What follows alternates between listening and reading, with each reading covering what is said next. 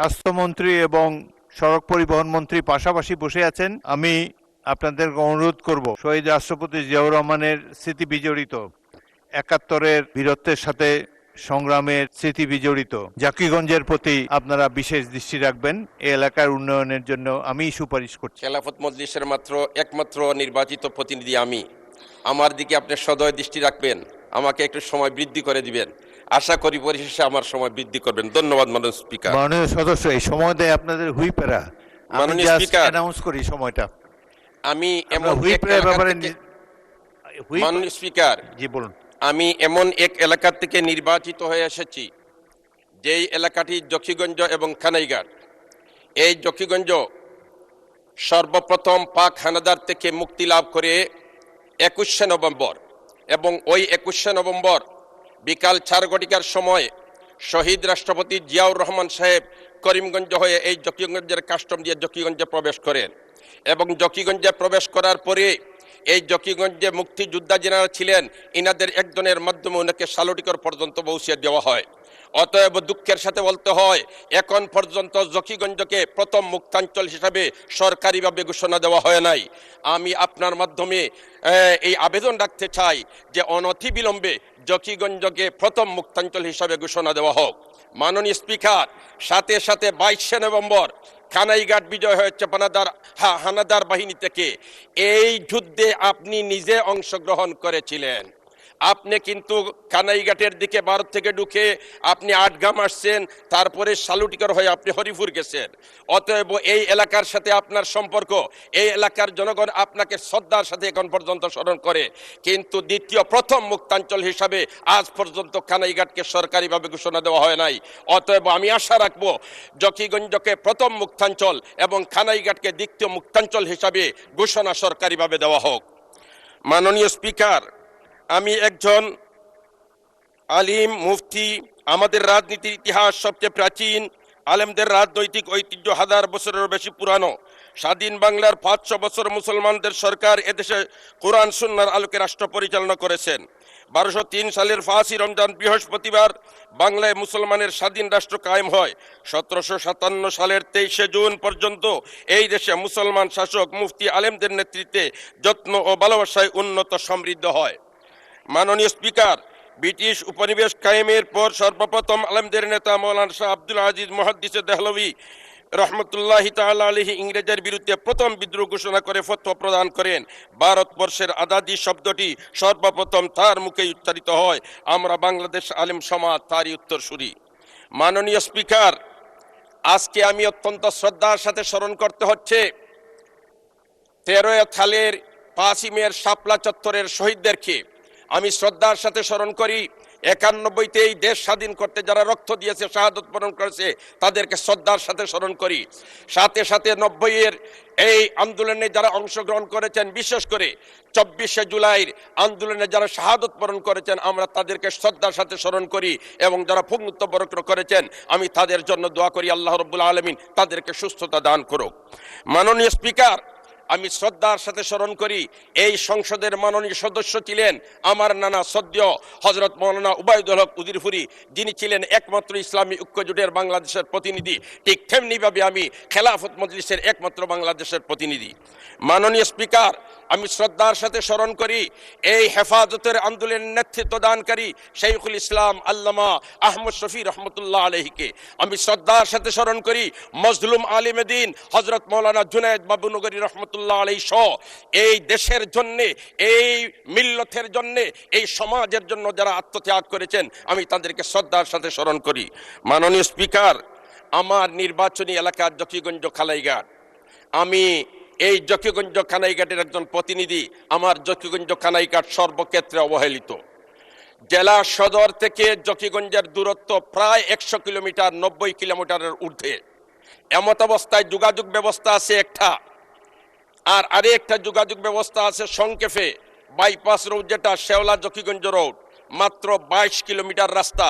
যদি ২২ কিলোমিটার রাস্তা হয়ে যায় তাহলে সদরের সাথে যোগাযোগ আমাদের সহজ হয়ে যায়। কিন্তু আজ প্রায় ১১ বছর যাবত এই শেওলা জকিগঞ্জ রাস্তা যোগাযোগের বিলকুল অনুপযোগী, গাড়ি চলার কোনো শক্তি নেই, কোনো সুযোগ নেই।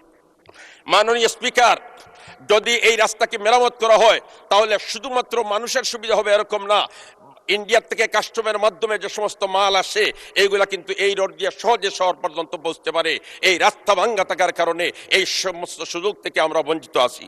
মাননীয় স্পিকার, ঠিক তেমনি মাননীয় সদস্য, আপনি বীর মুক্তিযোদ্ধা Z force commander major Ziaur রহমানের বীরত্বের স্মৃতি বিজড়িত জকিগঞ্জ কানাইঘাটের জনপ্রতিনিধি। 22শে নভেম্বর তারিখে জেড ফোর্সের একজন তরুণ সেনা অধিনায়ক হিসাবে আমি আপনার এলাকার 4 গ্রাম এবং 8 গ্রাম দখল করেছিলাম। আপনাকে সংসদে দেখতে পেয়ে খুবই আনন্দিত হয়েছি। আপনার সময় 3 মিনিট বাড়িয়ে দেওয়া হলো। 3 মিনিটে আপনার বক্তব্য শেষ করুন। মাননীয় স্পিকার, কানাইঘাটের একটা রোড মাত্র, যেটা হচ্ছে গাজী বুরহানুদ্দিন রোড, চলাচলের বিলকুল অনুপযোগী। আমি চাই জরুরি ভিত্তিতে এই রাস্তা মেরামত করে চলাচলের উপযোগী করে দেওয়া হোক। ঠিক তেমনিভাবে নদী ভাঙ্গন, আমরা জানি বাংলাদেশ নদীমাতৃক দেশ, নদীর এই পার ভাঙ্গে সেই পার গড়ে, এটা নদীর খেলা। কিন্তু আমার জকিগঞ্জ কানাইঘাটের বেলায় খেলা নয়, বাংলাদেশের মানচিত্র সংকুচিত হয়ে আসছে। আমরা দেখতে পাচ্ছি আমাদের চোখের সামনে বাংলাদেশের মানচিত্র, যেমন জকিগঞ্জ কুশিয়ারা নদীর একটা সাইট আছে বুইয়ারমুড়া, ওই এলাকায় প্রায় 5 কিলোমিটার জায়গা ভারতে চলে গেছে। এমত অবস্থায় আমরা সাংবিধানিক দায়িত্ব এই দেশের প্রতিটি মানচিত্র রক্ষা করা। আমাদের চোখের সামনে নদী ভাঙ্গনের কারণে বাংলাদেশের মানচিত্র ছোট হয়ে আসছে। এজন্য জরুরি ভিত্তিতে মানচিত্র রক্ষা করার জন্য এই নদীতে ব্লক ফেলে স্থায়ীভাবে ভাঙ্গন প্রতিরোধের ব্যবস্থা করা হোক। মাননীয় স্পিকার, আমরা যদি শিক্ষার দিকে তাকাই তাহলে অনেক আমরা পিছনে। আমরা জানি আজকের ছেলেরা, আজকের মেয়েরা, আজকের শিশুরা আগামী দিনের ভবিষ্যৎ। স্কুলে সাবজেক্ট আছে কিন্তু ওই সাবজেক্টের কোনো শিক্ষক নেই। শিক্ষক না থাকার কারণে এই সাবজেক্টের অভিজ্ঞতা ছাত্র অর্জন করতে পারছে না। এজন্য আমি দেখতেছি এইভাবে যদি চলতে থাকে তাহলে আগামী আমাদের জন্য অন্ধকার হয়ে আসছে। এজন্য শিক্ষা প্রতিষ্ঠানে যে সমস্ত শূন্য পদ আছে, জরুরি ভিত্তিতে এই শূন্য পদগুলা পূরণ করার জন্য সবিনয় অনুরোধ জানাচ্ছি। মাননীয় স্পিকার, স্বাস্থ্য খাতে আমার জকিগঞ্জে একটা হসপিটাল আছে, কানাইঘাটে একটা হসপিটাল আছে। জেলা সদর থেকে 100 কিলোমিটার দূরে, অপরদিকে রাস্তার অবস্থা ভঙ্গুর। এই হসপিটালে পর্যাপ্ত ডাক্তার নেই। মাননীয় স্পিকার, আমি যদি হসপিটালের অবস্থা তুলে ধরি তাহলে ডাক্তার সংকট। 42টি পদ ডাক্তারের, কিন্তু 9 জন পদায়ন আছে। এই 9 জনের মধ্যে থেকে 6 জন সাহিত্য কমপ্লেক্সে কর্মরত পদায়িত, 3 জন বিশেষজ্ঞ চিকিৎসক অন্যত্র সংযুতিতে কর্মরত আছেন। অতএব মাত্র এই 9 জন থেকে 3 জন চলে গেলে 6 জন।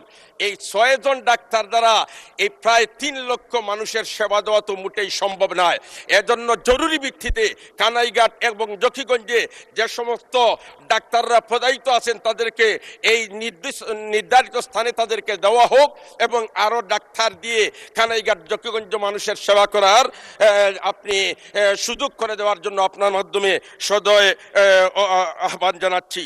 ঠিক তেমনিভাবে আমরা যদি দেখি তাহলে দেখতে পাই পদায়িত 3 জন বিশেষজ্ঞ চিকিৎসক নামের তালিকাও আছে। মাননীয় স্পিকার, বলতে গেলে অ্যাম্বুলেন্স যেগুলো আছে, অ্যাম্বুলেন্সগুলোও দুর্বল। এমত অবস্থায় অ্যাম্বুলেন্সের ব্যবস্থা করা হোক। যে অ্যাম্বুলেন্স আছে ওইটা দিয়ে যদি জকিগঞ্জ থেকে সিলেট রুগী নিয়ে যাওয়া। ধন্যবাদ মাননীয় সদস্য।